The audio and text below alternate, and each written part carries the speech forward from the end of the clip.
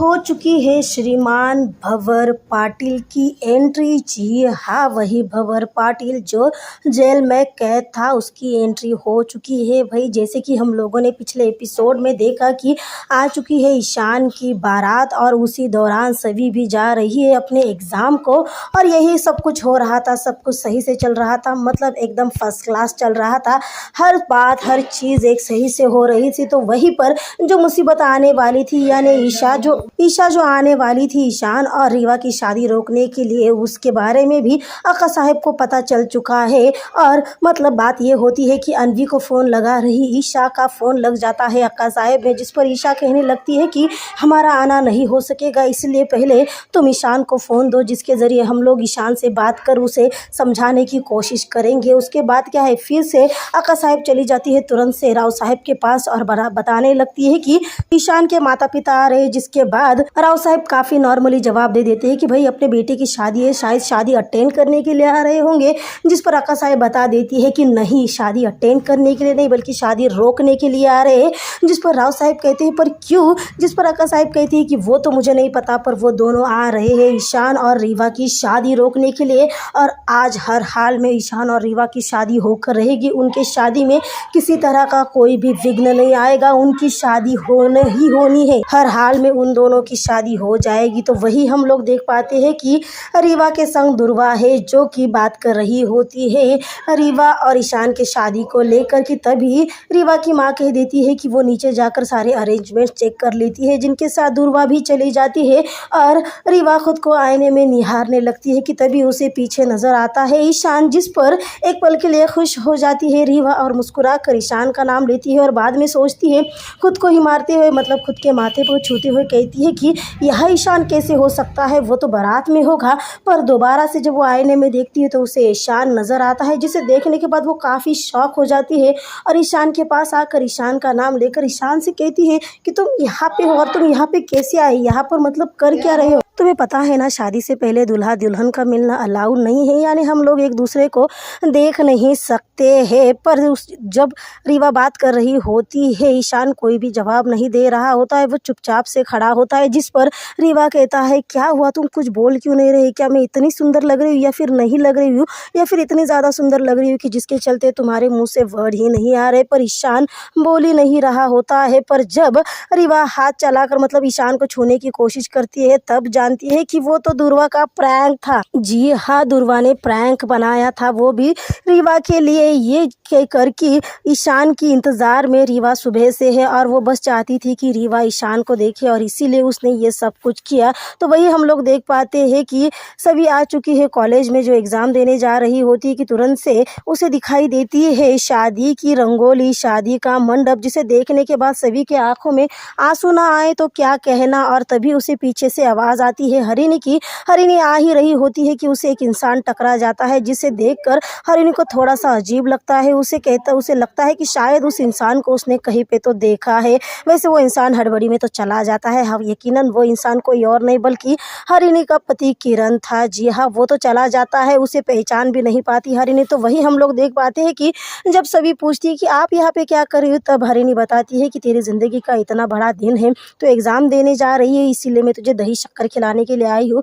जिस पर सभी कहते हैं कि दही शक्कर के लिए आप इतनी दूर तक क्यों आए? जिस पर हरिणी कहती है कि नहीं, तेरे लिए आज बहुत बड़ा दिन है और मैं चाहती हूँ कि मैं तेरे साथ ही रहूँ, और इसीलिए हम लोग तेरे एग्ज़ाम ख़त्म होने के बाद दोनों साथ ही जाएंगे। तब तक मैं वेटिंग रूम में इंतज़ार कर लेती हूँ। तो हरिणी भी वही रुक जाती है, पर वो इस बात से अनजान है कि कॉलेज में बहुत बड़ा धमाका होने वाला है। फ़िलहाल की बात करें तो सभी चली जाती है अपने एग्ज़ाम हॉल में एग्ज़ाम देने के लिए, पर एग्ज़ाम के वक्त भी उसकी आंखों के सामने नज़ारा आ रहा होता है, क्योंकि ईशान के शादी की शहनाइयाँ जो बजने लगती है, क्योंकि मतलब भाई इतनी grand entry, oh my God.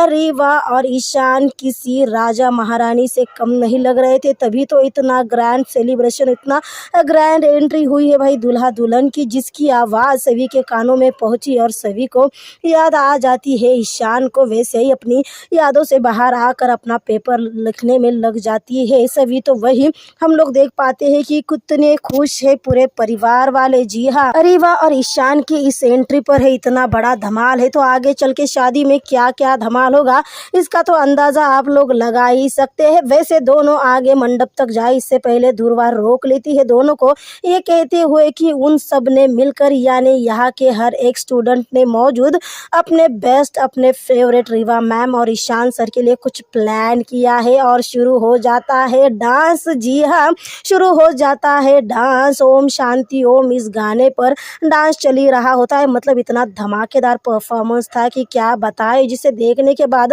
Rewa खुश होती है, ईशान भी खुश होता है। उसी दौरान स्टूडेंट ईशान का हाथ पकड़कर ईशान को मंच पर ले जाते हैं। ईशान उनके बीच में खड़ा ही होता है कि ओ माय गॉड, ये क्या हो गया, विलन की एंट्री। जी हाँ, मतलब किसी क्रिश की तरह उड़कर आ चुका है भंवर पाटिल और आते ही ईशान के मतलब पहले तो उसने चेहरे पर मास्क लगाया हुआ होता है, हवा में उड़कर आता है भंवर पाटिल और ईशान के पीछे खड़े रहकर ईशान के पीठ में दे देता है लात। जी हाँ, जिसकी वजह से ईशान जा गिरता है ज़मीन पर। और जब सारे परिवार वाले ईशान को उठाते हैं तब अक्का साहब पूछ लेती कि कौन है ये बदतमीज़। बदतमीज़ भाई, बदतमीज़ नहीं, ये पागल है, वो भी एक नंबर का। तब भंवर पाटिल अपने चेहरे का मास्क हटा देता है, जिसके बाद सबको झटका लगता है। झटका मतलब इतना बड़ा झटका कि पूछो मत। और उसी दौरान एक स्टूडेंट क्वेश्चन करे इससे पहले सारे लोग आ जाते हैं हथियार लेकर। और उसी दौरान दूरवा का फ्रेंड पूछ लेता है सवाल कि दूरवा ये सब क्या हो रहा है। भाई कहने के लिए लड़का पढ़ाई कर रहा है पर इतनी सी भी अक्ल नहीं है कि जिसके हाथ में गन है, जो मास्क पहन कर आया है, यकीनन वो कोई शरीफ बंदा तो होगा नहीं, यकीनन विलन ही होगा। अब पूछ लिया है तो परिणाम भी तो भुगतना पड़ेगा। भंवर पाटिल के आर्म्स में मतलब भंवर पाटिल के गिरफ्त में आ जाता है वो लड़का, जिसकी गर्दन दबाकर भंवर पाटिल कहता है या तो जान ले या फिर यहाँ से जान से चला जा। जी हाँ, वैसे डराने का एक तरीका था भंवर पाटिल का। वैसे भंवर पाटिल को यहाँ पर देखकर सब बहुत ज़्यादा हैरान हो जाते हैं। तो वही राव साहब पूछ लेते हैं कि आखिरकार तू यहाँ क्या कर रहा है, तुझे तो जेल में होना चाहिए था। और राव साहब का गुस्सा भी इस वक्त देखने लायक था, पर भंवर पाटिल के हाथों में गन थी भाई, और उस गन को भंवर पाटिल ने राव साहब के कंधे पर नहीं माथे पर तानते हुए पूछा है, आप बड़ा नाम भूलते हैं, मेरा ज़रा नाम बता दो। वो भी मराठी लैंग्वेज में पूछा है, माझं नाव काय आहे। जब राव साहब ने पूछा नहीं तब बंदूक का डर दिखाना तो जायज़ ही है। और राव साहब ने भी बता दिया है कि भंवर पाटिल, पर भंवर पाटिल का मन खुश हो तब तो ना। उसने बार बार राव साहब को पूछा है और जब राव साहब ने ज़ोर से मतलब बहुत बड़ी आवाज़ में भंवर पाटिल इस नाम का उच्चारण किया है, तब जाके भंवर पाटिल खुश हुआ है और कहा है कि अब तू मेरा नाम नहीं भूलेगा। और उसी दौरान आ जाते हैं भंवर पाटिल के और भी साथी, जो धाय धाय करके पूरी गोलियों की बौछार करने लगते हैं और उस बौछार से सारे के सारे नीचे झुक जाते हैं, जिन्हें झुका देख भंवर पाटिल को बड़ा मज़ा आता है। जी हाँ, भंवर पाटिल को मज़ा तो आता है, बस इस सारे तमाशे के बीच में गन पॉइंट पर आ जाता है निशिकांत। जी हाँ, निशिकांत आ जाता है, निशिकांत को उड़ाने की कोशिश करता है भंवर पाटिल, पर बीच में आ जाते हैं राव साहब, वो भी चट्टान बनकर। वैसे शायद राव साहब या निशिकांत इनमें से किसी को तो गोली लगेगी, पर ये क्या करने लगा ईशान भाई।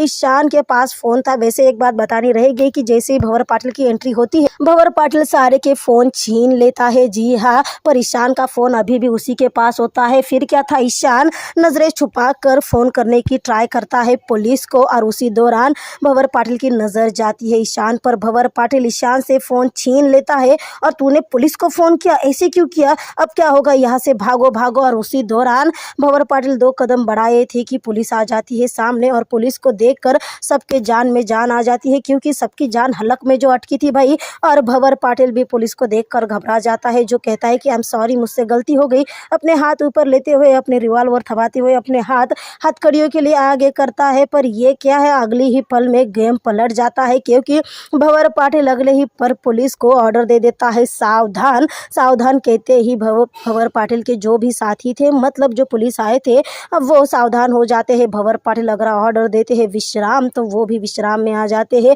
भाई। यानी कि ये पूरी सोची समझी साजिश है भंवर पाटिल की। यानी जो पुलिस भी आए हैं वो सिर्फ और सिर्फ भंवर पाटिल के ही गुलाम है। और इस बार गन पॉइंट पर ईशान है। जी हाँ, ईशान है गन पॉइंट पर। और ये क्या, ईशान पर गोली चला दी? जी नहीं, गोली नहीं चलाई, गोली तो हवा में चलाई है, पर इसका अंजाम ये हुआ है कि सबके दिलों की धड़कन रुक गई है। और जब सबने आंखें खोली तब जाना है कि नहीं, ईशान तो सही सलामत है, क्योंकि भंवर पाटिल का कहना है कि मास्टर की लाश सबसे लास्ट में बिछेगी। पर इन सारे ड्रामे के बीच इसकी हीरोइन कहाँ है, यानी भंवर पाटिल की हीरोइन कहाँ है। और भंवर पाटिल ढूंढने लगता है अपने हीरोइन को, आवाज़ देने लगता है। वैसे भंवर पाटिल ने यही सारी तैयारियां अपनी शादी की है, यानी भंवर पाटिल ईशान और रीवा की शादी में अपनी और सभी की शादी रचाना चाहता है, तभी तो वो इतने खास जोड़े में आया है। जी हाँ, मतलब इतनी अच्छा ड्रेसअप भी करके आया है। तो वही हम लोग देख पाते हैं कि सभी ने अपना पेपर ख़त्म ही किया था और उसने अपना पेपर अपने टीचर के हाथों में सौंपा ही था कि आ जाते हैं बंदूकधारी लोग, जिससे टीचर बात करने लगती है तो टीचर के साथ बदतमीजी कर देते हैं वो लोग। और ये सभी जब बात करने लगती है तो तीसरा इंसान आ जाता है, जो कि था किरण। जी हाँ, जो कि किरण था और वो अपना मास्क हटाकर सभी के साथ बदतमीजी से बात करने लगता है। वैसे सभी ने पूरी कोशिश की है इस बदतमीजी का करारा जवाब देने का, तभी तो उसके मतलब टेबल के नीचे, अपने बेंच के नीचे जो चाकू था वो उसने उस पर वार करने का ट्राई किया है, पर किरण ने उसके वार को फेल कर दिया है। तो वही हम लोग देख पाते हैं कि भंवर पाटिल अपने सारे लोगों को कॉल करके पूछता है कि सब कंट्रोल में है क्या। तभी उसी दौरान पीछे वाला यानी बाहर वाले लोग बता देते हैं कि गेट पर सब कुछ सही सलामत है, हर तरफ हम लोगों ने बॉम्ब बिछा दिए हैं। अगर गलती से भी पुलिस आ जाती है अंदर तो उनका भी काम तमाम हो जाएगा, ख़त्म हो जाएगा। जिसे सुनने के बाद अक्का साहेब का फेस तो देखिए किस तरह से ओपन हो गया है, मानो ऐसा लगा है कि सबसे बड़ी झटका उन्हीं का लग रहा है। वैसे उनका ये फेस एक्सप्रेशन देखने के बाद मुझे तो लग रहा है कि गोली उन्हीं को लगी है। भाई फिलहाल तो ये देखेंगे कि हरिणी जो बाहर खड़ी थी वो सब कुछ देख लेती है, उसके नज़र में आ जाते हैं बॉम्ब वगैरह और वो पुलिस को फ़ोन करने का ट्राई कर लेती है, पर उससे पहले पकड़ी जाती है। तो फिर क्या था, उसे और बाकी लोगों को भी अंदर लाया जाता है। जी हाँ, और उसी दौरान सभी को भी अंदर लाया जा रहा होता है कि तभी सभी और हरिणी आमने सामने आ जाते हैं, जिसके बाद सभी अपने ताई के गले से लगकर पूछती है कि तो आपको कुछ हुआ तो नहीं, जिस पर हरिणी भी सभी से पूछ लेते हैं कि तुम्हें कुछ हुआ तो नहीं। भाई दोनों बहनों का भरत मिलाप हो ही रहा होता है कि किरण की एंट्री हो जाती है, जिसे देखने के बाद हरिणी को बहुत बड़ा झटका लगता है और उसे याद आता है कि जब हरिणी बेहोश थी तब कितनी जलील बात की थी किरण ने सभी के लिए। जी हाँ, वैसे ये जो है अपना किरण वो बस एक प्यादा है भंवर पाटिल का, क्योंकि भंवर पाटिल के ऑर्डर के हिसाब से जो चल रहा है और इसीलिए वो तुरंत से हरिणी को, बाकी लोगों को और सभी को लेकर आता है शादी के मंडप में, जहाँ पर सभी सब लोगों को देखकर बहुत ज़्यादा चौंक जाती है। तो ईशान को भी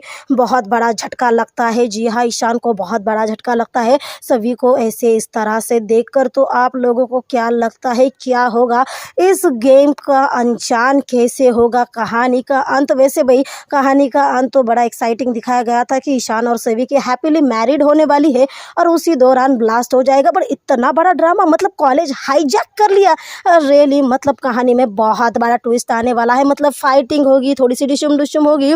सबकी जान बचाने के लिए सभी भंवर पाटिल से शादी करने के लिए भी तैयार हो जाएगी। ये सारी बातें तो होती रहेगी, पर फिलहाल सबसे ज़्यादा एक्साइटेड इस बात को लेकर हूँ मैं कि किस तरह से सामना करेगी अभी भोसले परिवार और सभी भंवर पाटिल के इस नाम के विलन से, क्योंकि इस विलन ने तो अब हम आगे वाले एपिसोड में देख सकते हैं कि किस तरह से अन्वी को रखा है गन पॉइंट पर। और उसी ओर से हम लोग देख पा रहे हैं कि ईशा और ईशान के पिताजी भी तो आ रहे हैं। भाई कौन बचा